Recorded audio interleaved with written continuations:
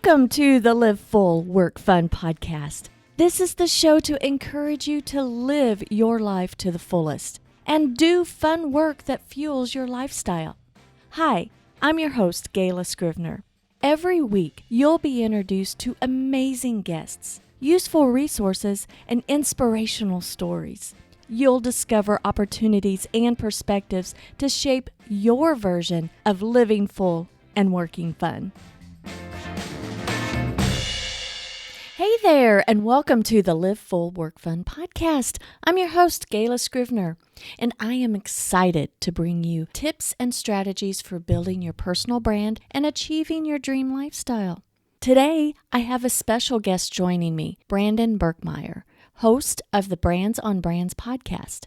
Brandon is a marketing consultant and brand strategist who specializes in personal branding, podcasting, and content marketing. Brandon shares his insights on how to build a reputation rather than just a resume.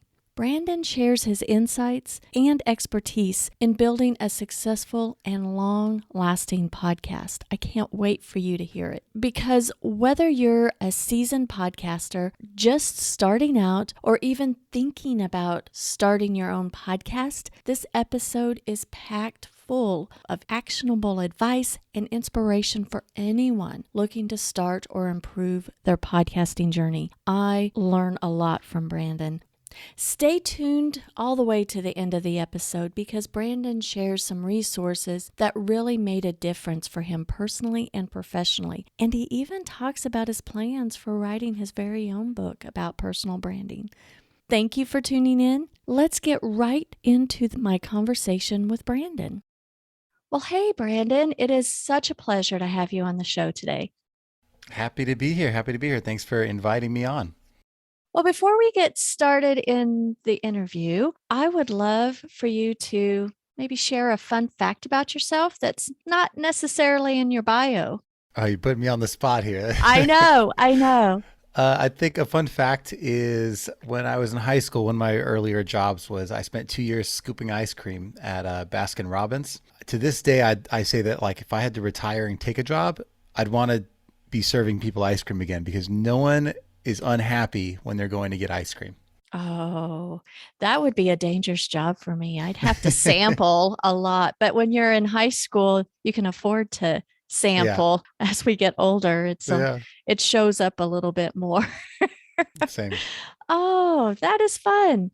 You have been in marketing and advertising for, 20 years or more? Yeah. What was the tipping point for you of leaving like a corporate life and branching out to doing something on your own? Yeah, I'd say for me, it was not an obvious decision. So I really enjoyed working at big ad agencies. I enjoyed the corporate lifestyle. I enjoyed having team members and being in an office. But what I could see is that the path ahead was going to become, I think, more and more defined by corporate instead of by me. Like the jobs at the top of the ad agencies I was working for were far and few between. There's a lot of people at the bottom, but there's few people at the top. So the people I looked up to were starting, I'd see that when they lost a job, their jobs became further and fewer between. They'd have more time in between jobs and gaps. And I was worried that would become me. I could see my future. And I think what worried me most is that you build a resume for 20 years and you're still not in control of your life, and not your time or your money, or even your stability. So I think that became a catalyst for me saying, well, how do I move beyond building a resume, and how do I build a reputation that makes me, in demand, that helps me chart my own course and maybe brings me opportunities outside of corporate. So that's what started the path for me. That's interesting that you say that you were building a resume and not a reputation. Can you elaborate on that? Yeah, well, I think for a lot of us, if you've been in corporate, right, what you think about is, okay, I'm in this job, and if you've done it for a while, you're like, I can look for a promotion. I could look to get the next level in my organization, or I could look for the next job, which diversifies my experience and builds my reputation so that I am hireable somewhere else. right? That's the resume part of it, right? You're like, how am I hireable somewhere else? Whereas a reputation for me is, how am I becoming known in my industry as a thought leader, as someone who people go to for answers, as someone who people come to and look for help from. So building that was a whole different ballgame. It wasn't something I knew going into it was what I wanted to build. I just knew that I was replaceable. And being replaceable is a huge threat to your security. And for me, I thrive on being secure. I want my family to know that there's food on the table. I want them to know that, throughout the years ahead, we are taken care of. And I didn't feel like that. I started to see that ahead of me was a rougher road. Well, when you left your corporate job, did you build a reputation first, or were you felt like lost at first? Yeah, well, when I left, I thought, okay, I will start, doing consulting. I have a large marketing background, and I will get into, helping other smaller businesses with their marketing. And what I realized very quickly is that being in corporate left me, I had experience, but I didn't have a name, like I said, but also I didn't have a network of people that would be people that needed help from me. I knew very large corporate clients, but they only wanted to work with large agencies. They didn't want to work with individuals. So I didn't have a network of people that A, would promote me to others, or B, would hire me. So not having a network definitely was the first shock. And then not being known for anything was the second, because, a resume isn't good enough to get you an entrepreneurial type job, to build a business. So I had to get out there and say, okay, how do I get my name out? And that's when I discovered content creation and had to figure out, like, what do I stand for? What are my ideas? How do I think that people should be running their marketing? Like, I had to come up with my whole construct of how I help people. And none of that had been developed in corporate. I knew how to execute. I knew how to speak to CMOs, but I didn't know how to build new relationships, how to figure out how to help people build their businesses. It was all new muscles and tools that I had to build from scratch. So what did you do first to start that content creation or the networking to Yeah, I mean, build I that reputation? I started like reaching out to the people I knew, right? I started consuming a lot of content, right? I think I need to learn something new, and I've always been a good student. So I said, okay, I started looking, the people I looked up to, I was like, what are they doing? And I was learning from them, but then I started modeling them too. I was like, okay, well, they have great networks. They put out content. They have offers that look like this. So I started to model things and build my own. But I think after getting out there and reaching out to my friends and trying to help people and have, consultation calls and making small proposals, I realized that this is like a feast or famine type business. Like, being your own entrepreneur, being a coach, is feast or famine. You really, like, every day you don't know where your food's going to come from, right? And what I realized is that I still needed to build something that would be more that would bring people in more consistently. And then I got into content creation, and that's where things started to change for me. I started to understand more who I was by talking through my ideas and sharing them with people. So I started writing blogs, recording podcasts, creating videos, and through using my voice every day, every week, I realized that there were themes that started to develop, things I like to talk about, things I stood for, and that content itself started to become more focused. And as it became focused, my ideas of how I could help people started to change and shift and niche down and be more specific. That's a similar type of journey through the actual doing of the content. It helps with niching down. So I know you through your podcast. You do blogs and you do videos. So are those, all three of those platforms, equally important, or do you have one that you focus on a little bit more? Yeah, so I tried them all at the beginning. And for me, the easiest way is always the best way. Like, the easiest way for me to naturally create content was podcasting, because I didn't have to worry about turning a camera on and feeling like awkward, that I didn't know where to look and things like that. And when I blogged, I felt like my mind was working slower than my typing, right? And I would forget my train of thought, or I'd have to go back and I'd be editing, and it just wasn't coming out fast enough. So podcasting got rid of those two barriers. And I think for a lot of people, it can be the easiest stepping stone to creating content for the very first time. I think being able to just speak your mind is very natural for us. Like if you're asked a question, answering that question is pretty natural based on knowledge you already have, not researching and doing that. Like answering questions to experiences you've already had is very easy for most people. And then having a dialogue like this between you and I, or between two people in general, is the most natural way we communicate every day. So I focused on that. I said, I'd ask myself a question, I'd write down a question that I thought was interesting, and I would answer it. I would just, off the top of my head, come up with an answer and speak from what my experience was. And then I'd invite people on the show and I'd talk to them about their experiences, and I'd follow my curiosity.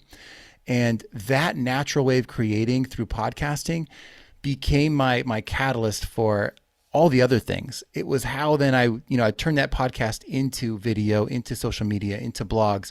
But my creation engine, the place where I start, had to be what was easiest and truest for me. And that was a podcast. I love that you say that. I love that you experimented, focus on one of them. And that's the exact advice I give to my clients is like, of the three, what's the easiest? What's the most natural? You're going to be consistent about something when the path is a little bit easier to go.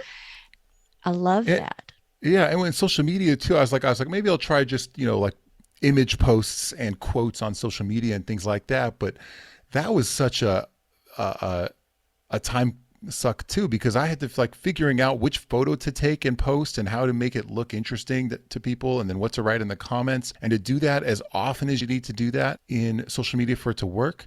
That was actually harder than anything else. So I was like, this just isn't me. I'm not an Instagram model, so it just doesn't come naturally in that way either.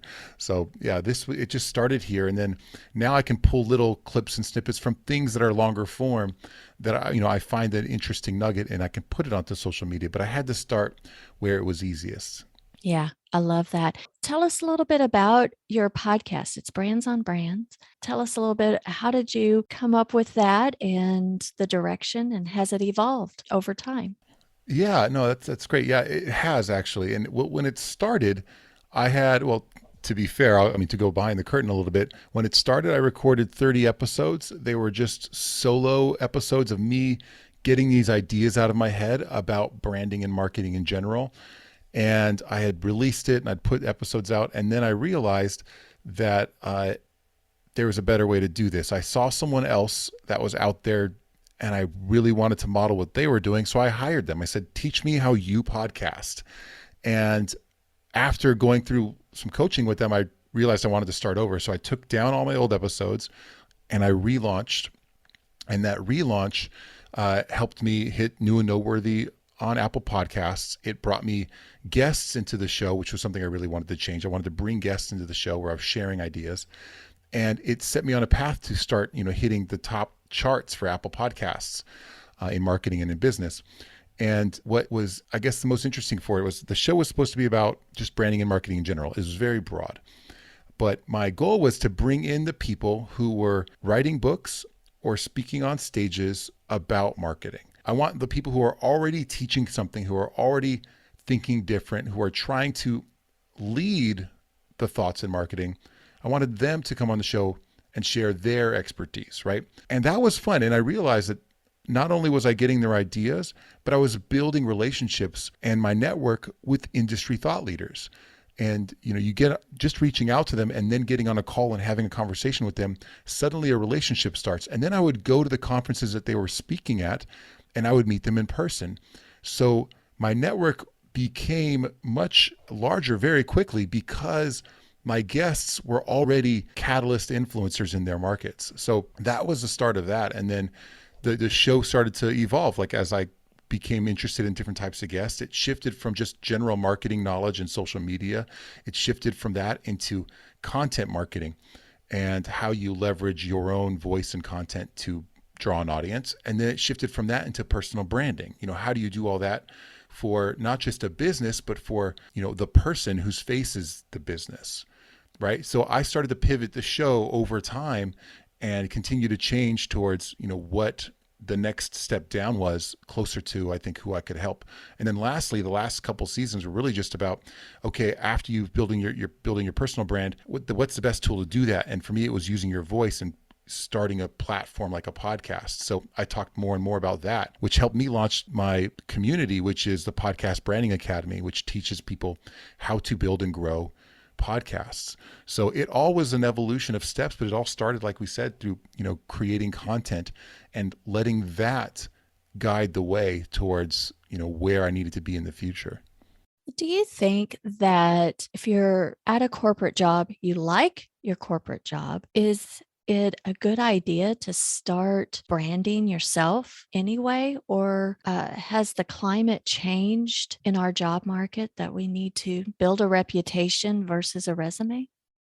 If I had to go backwards in time, I would have started creating content right out of college or earlier. I think the craft of finding your voice and understanding how to have a unique perspective that is your own is a skill that will carry you even if you never leave corporate. Being able to hone your perspective and understand your thoughts on what's happening in your industry, on the tools of your industry, on the best practices, all of that, having a perspective that is your own is huge and will always help you.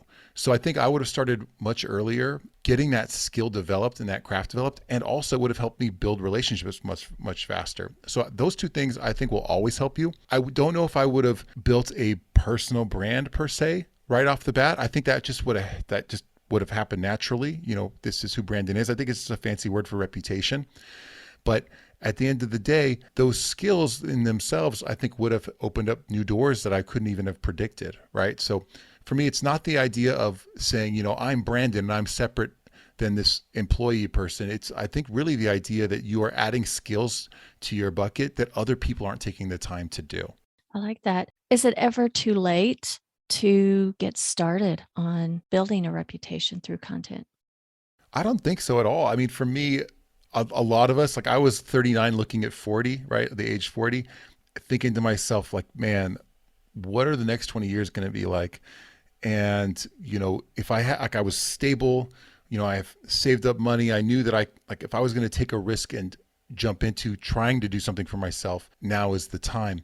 So I actually think the later it gets in your life, the more experience you bring to the table, the more perspective, the more ideas you have to share with people that are, younger and have had less experience. So I actually think the further along you get, the more you bring to the table. So because you've actually experienced things, failed, tried things, you've met more people, shared more ideas.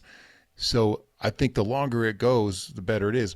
The only time I would say it's too late is when you're just not inspired to be sharing perspective and growing. Like if you're just ready to retire and just take a vacation and relax, good for you. Like if that's where you are, great.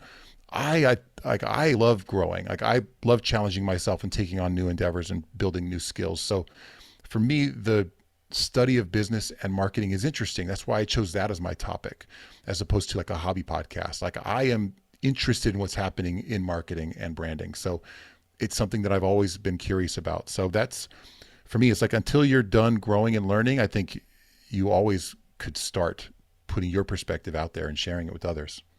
Well, you bring up an interesting point that, maybe if you're ready to retire, and then that could lead into something that's totally separate from your career that you've had. It's a good pivoting point, I guess you could say, whether you want to retire and get into something as a hobby, or creating content and getting a reputation in a different crowd could transition you into a lot of different opportunities. I think it makes a fun type of, what hobbies can give you skills for your career and vice versa. Yeah, when I think there's a lot of pressure on this, like, that like pivot point in your life about, how do you find your purpose? How do you find the thing that's really going to fulfill you? How do you make money off of your hobby? I think that's a lot of pressure, but creating content is not pressure because it's not tied to this. It has to be a business thing, but it can become that. What it really does is it lets you figure out, are there things you enjoy talking about? And do you want to learn about them and then share what you're learning? Do you want to, like, while you're learning, share that perspective and that journey? And also, it gives you a reason to get out of your closet and out of the like basement that you're in, that you might be doing, like hiding in, and get out there and talk to other people. And not just as what I would call like a fanboy. Oh, you're like the person I really wanted to learn comic books from or whatever. You can get out there as someone who has a show and say, hey, I want to bring you on and talk to you about the thing that you've done in this industry. And that small shift opens up your networking, not because the show that you're creating matters, to be honest.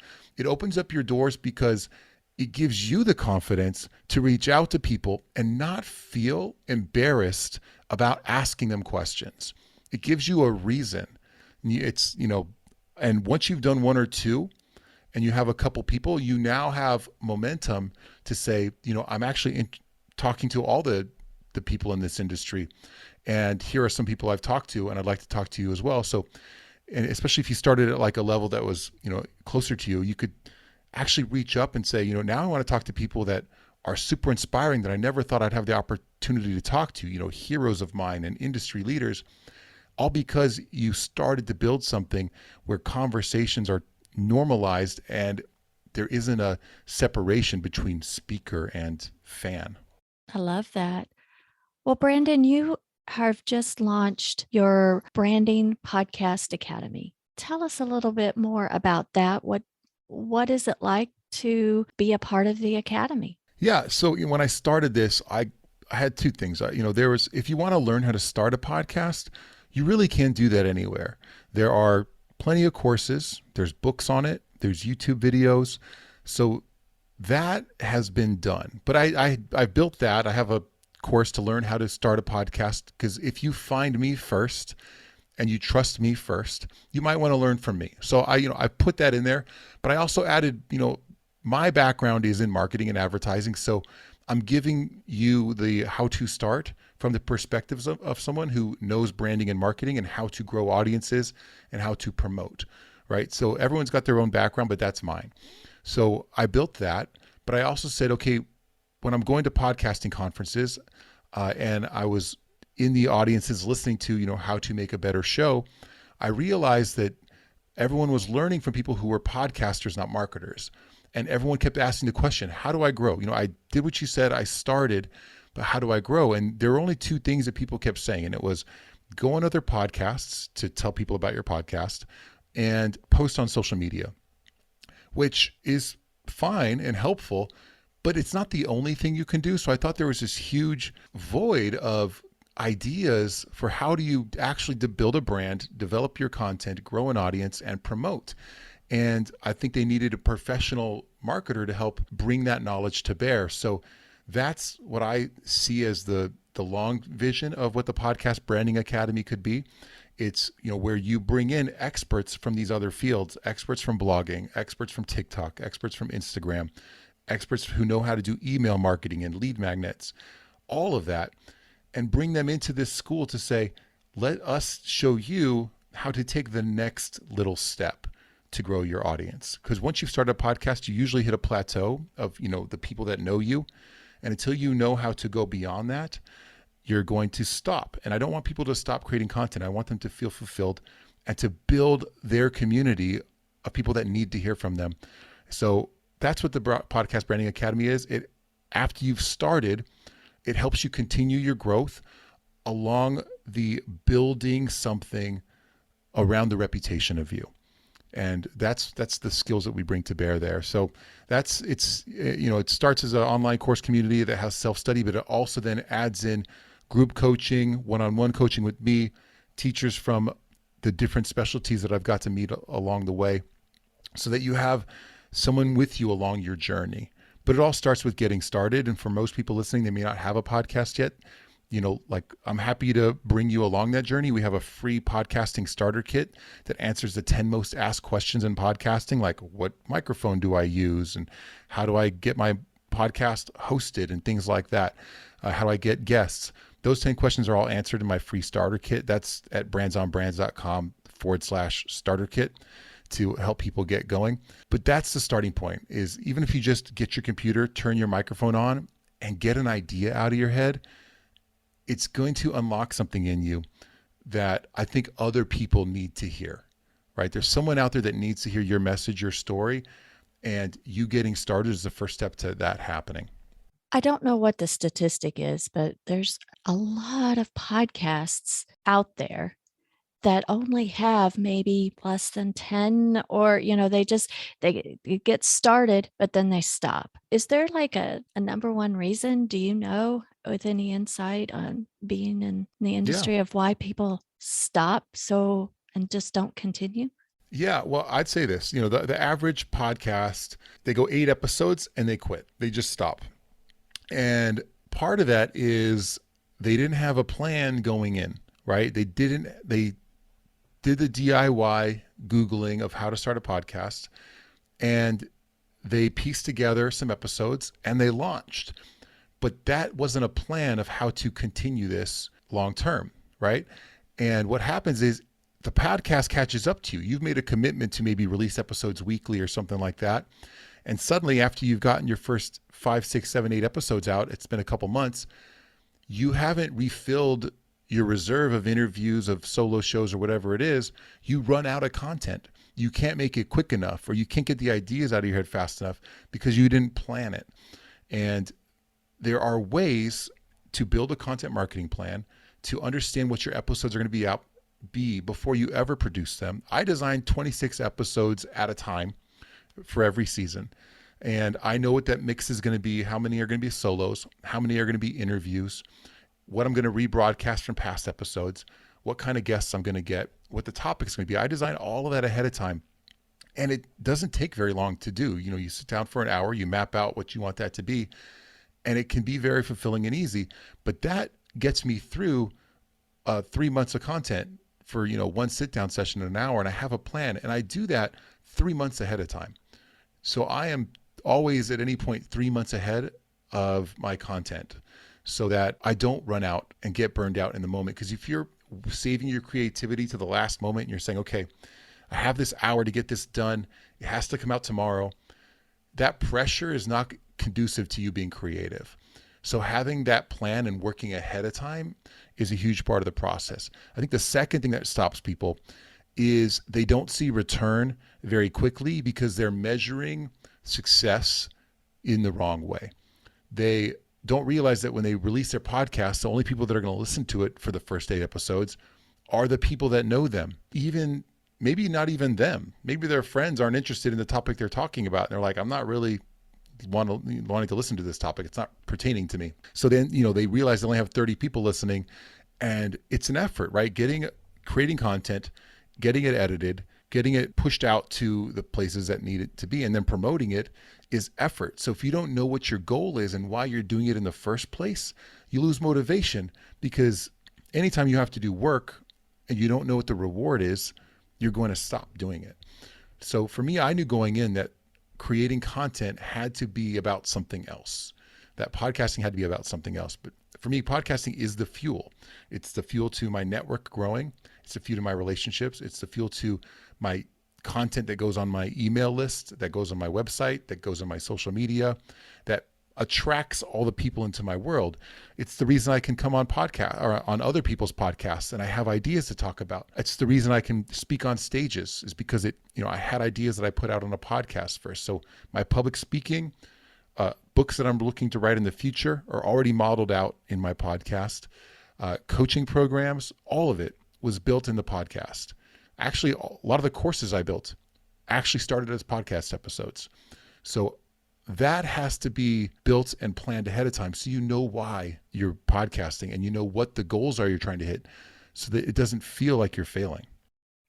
Well, podcasting it's a big job, and to do it alone makes it even harder. That's why I think the value of your academy is fantastic, because you grow your network of people that are in it, in the same boat as you are, and you can feed off of that. Sometimes you get down and sometimes you're flying high, so you can kind of get ideas from other people and encouragement, because sometimes you do want to quit because it's hard to do it all. Brandon, how long have you been out on your own? So I started back in 2018. So it's been about 4 years now that I left corporate.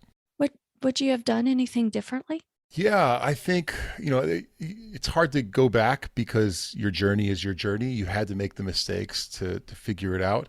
I think what I would have done more quickly was engage in communities that were doing the things that I was doing. Like once I started to go out to events for, like when I was getting into social media, going to events about social media or going to events about podcasting or going to events about entrepreneurship, getting out there, finding a new community of people to be around was huge, because when you leave corporate for the first time and you're trying to do something more entrepreneurial, you realize that your network, it's not just your network, it's your support system that disappears, because no one understands what you're going through. The people that are still at your job that were all your friends don't understand what you're up against. They don't understand the pressure that you're putting on yourself.